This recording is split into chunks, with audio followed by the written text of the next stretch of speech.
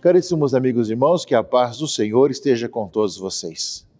Estamos no final de semana do sexto domingo do tempo comum, mas na última sexta-feira nós tivemos o dia de Nossa Senhora de Lourdes e o Dia Mundial dos Enfermos ou dos Doentes. E o Papa Francisco enviou uma mensagem muito importante, interessante, para a Pastoral da Saúde, que trabalha com os enfermos nos hospitais, nas casas, e falando sobre uma bem-aventurança que, inclusive, recorda para nós justamente muitos aspectos da nossa própria vida. O Papa colocou como tema desse 30º Dia Mundial do Doente: sede misericordiosos como vosso Pai é misericordioso.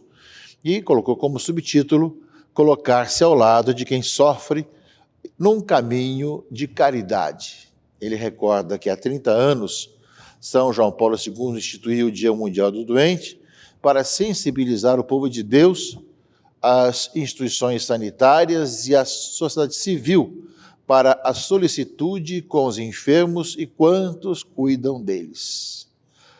E o tema que ele escolheu para esse ano, 30º Dia Mundial, sede misericordiosos como vosso Pai misericordioso, de Lucas 6,36, faz-nos, antes de mais nada, diz o Papa, voltar, olhar para Deus, rico em misericórdia, que olha sempre os seus com misericórdia. Depois o Papa vai falar sobre alguns assuntos, claro que depois é necessário que se leia todo o texto do Santo Padre, dizendo que o convite de Jesus a ser misericordioso como Pai adquire um significado particular para os profissionais da saúde. Penso, diz o Papa, nos médicos, enfermeiros, técnicos de laboratório, auxiliares e cuidadores dos enfermos, bem como nos numerosos voluntários que doam tempo precioso a quem sofre.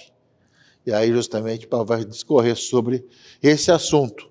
Também ele fala que o Dia Mundial do Doente é ocasião propícia para determos a nossa atenção nos lugares de tratamento.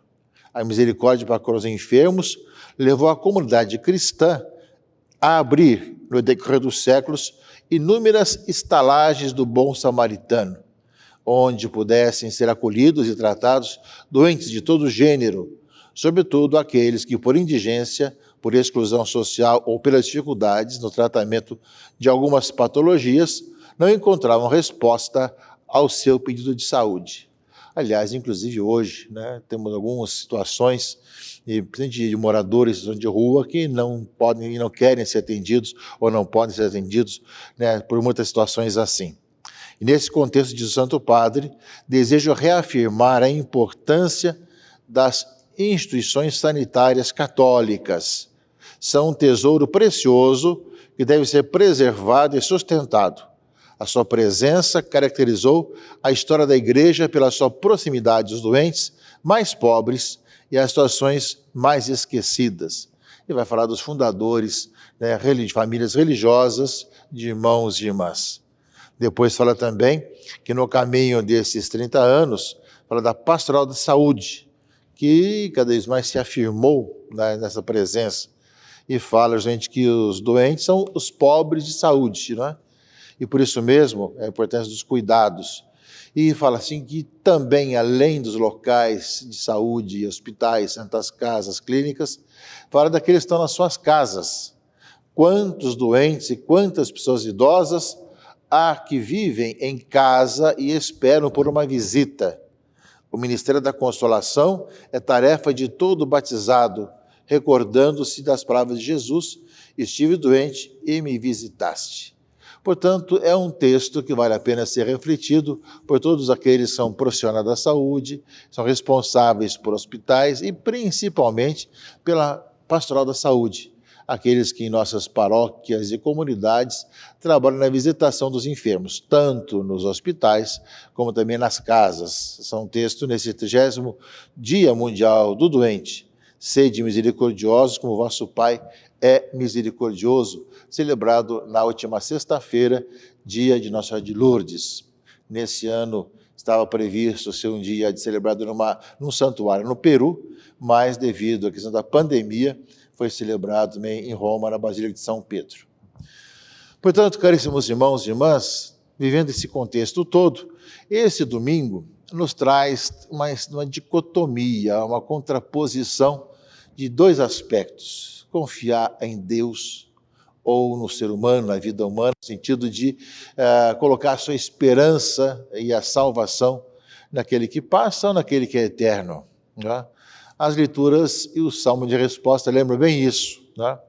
O livro do profeta Jeremias, a leitura primeira desse domingo, diz: maldito o homem que confia no homem e faz consistir sua força na carne humana, enquanto seu coração se afasta do Senhor. Ele fala que fica como o cardo no deserto, que acaba secando, não é? Bendito o homem que confia no Senhor, cuja esperança é o Senhor. E aí ele compara: é como a árvore plantada junto às águas, que estende suas raízes em busca da umidade. Por isso não teme a chegada do calor, sua folhagem mantém-se verde, etc. O salmo de resposta, que é o Salmo 1, vai nessa mesma linha. Feliz o homem que não anda conforme o conselho dos perversos, que não entra no caminho dos malvados, nem junto aos zombadores vai sentar-se. Ele é semelhante a uma árvore que à beira da torrente está plantada e sempre dá seus frutos a seu tempo, e jamais suas folhas hão de murchar. E a contraposição, mas bem outra é a sorte dos perversos. Ao contrário, são iguais à palha seca, espalhada e dispersada pelo vento. Essa contraposição que nós encontramos no profeta e encontramos no Salmo, caríssimos amigos e irmãos, é ver em quem nós colocamos a nossa esperança, em quem nós colocamos o nosso alicerce da nossa vida. Nós sabemos, meus irmãos e irmãs, que nós, claro, somos chamados a nos amar uns aos outros, mas sabemos que a nossa base e o alicerce da nossa vida é o Senhor. Por isso, bendito aquele que confia no Senhor, é como a árvore plantada na beira da água, que quando vem a seca, vai sempre buscar a umidade ali ao lado. Assim diz o salmista, assim diz também o profeta. Mas também o evangelho deste domingo, sexto domingo, tempo comum, também, de uma certa forma, fala as mesmas coisas de outra maneira. Nós estamos lendo São Lucas, que é o ano C, estamos vendo o ano de São Lucas, e fala do sermão da planície. Aquilo que Mateus fala de sermão da montanha, Lucas fala de sermão da planície, e fala numa certa contraposição, como nós vimos na leitura primeira e também no Salmo.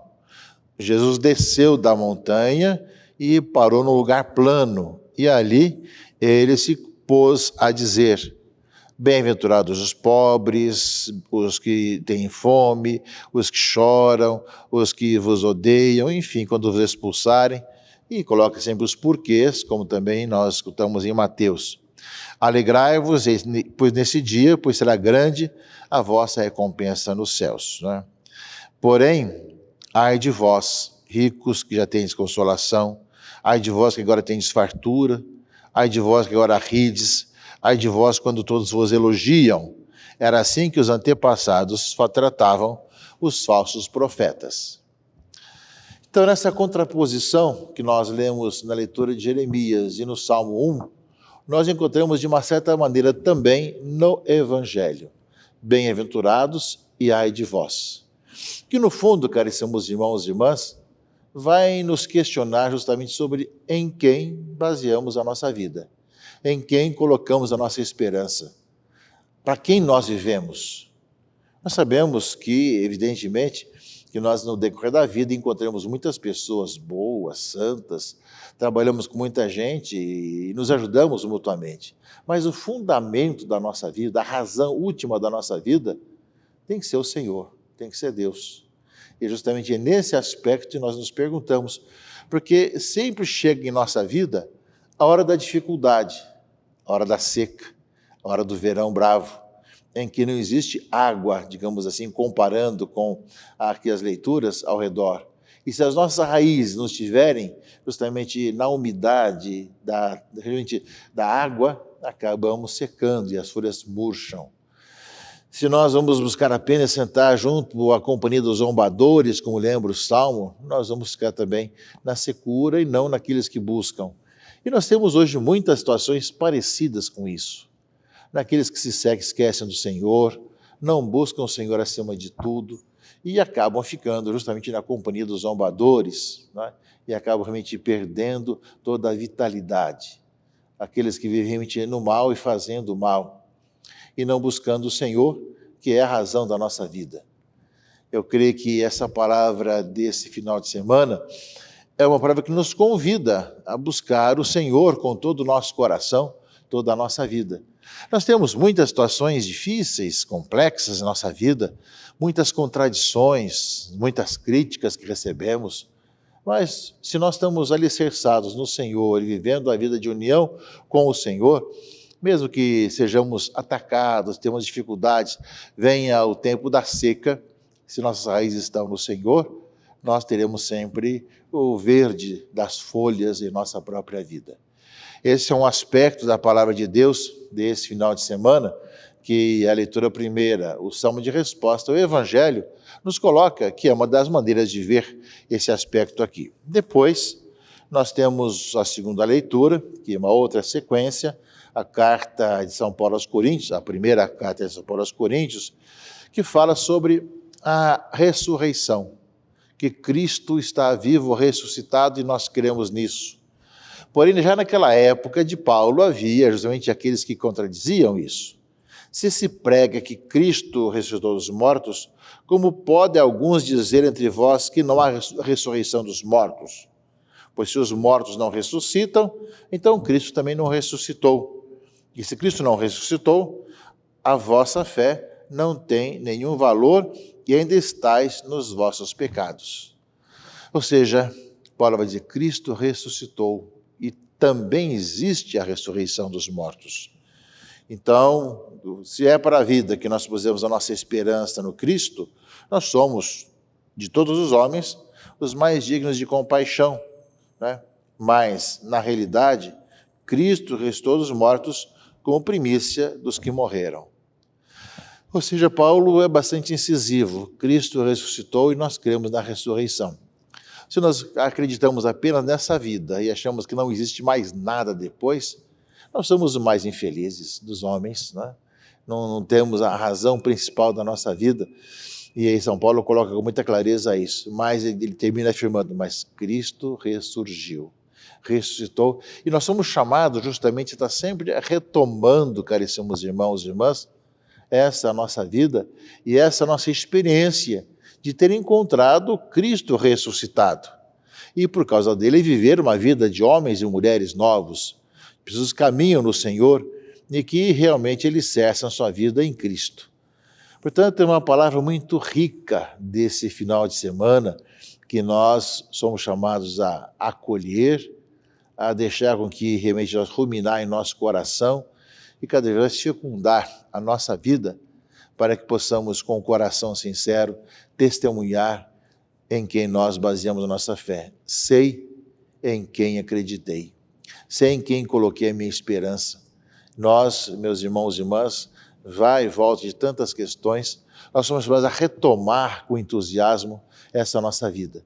E agora, nesse tempo que vai entre o Natal e a Quaresma, estamos chegando já próximo do tempo da Quaresma, nós somos chamados justamente a ver que muitas e muitas vezes nós somos conduzidos, levados a buscar apenas as coisas desse mundo, como se fosse tudo em nossa vida, e esquecemos do Senhor, que é a razão primeira da nossa vida e que dá sentido à nossa vida aqui e muito mais ainda também depois na eternidade. Por isso, acolhamos com entusiasmo, de coração aberto, a palavra desse final de semana, na liturgia da qual nós participaremos. Sabemos que as situações são sempre difíceis, nós estamos ainda em tempo de pandemia, as dificuldades acontecem aqui e acolá, mas o importante é que nós saibamos sempre que o Senhor caminha conosco, que vai conosco, e nós colocamos a nossa vida alicerçada como a semente que foi plantada na beira da água e tem as raízes à beira da água, junto ao Senhor, que nós nunca percamos essa unidade com o Senhor e continuemos a caminhar, seja na doença, como celebramos o Dia dos Enfermos no dia 11, seja no dia a dia da nossa vida, seja nos ataques que recebemos, que nós continuemos firmes no Senhor. Que Deus abençoe, proteja e guarde a todos, em nome do Pai, e do Filho e do Espírito Santo. Amém.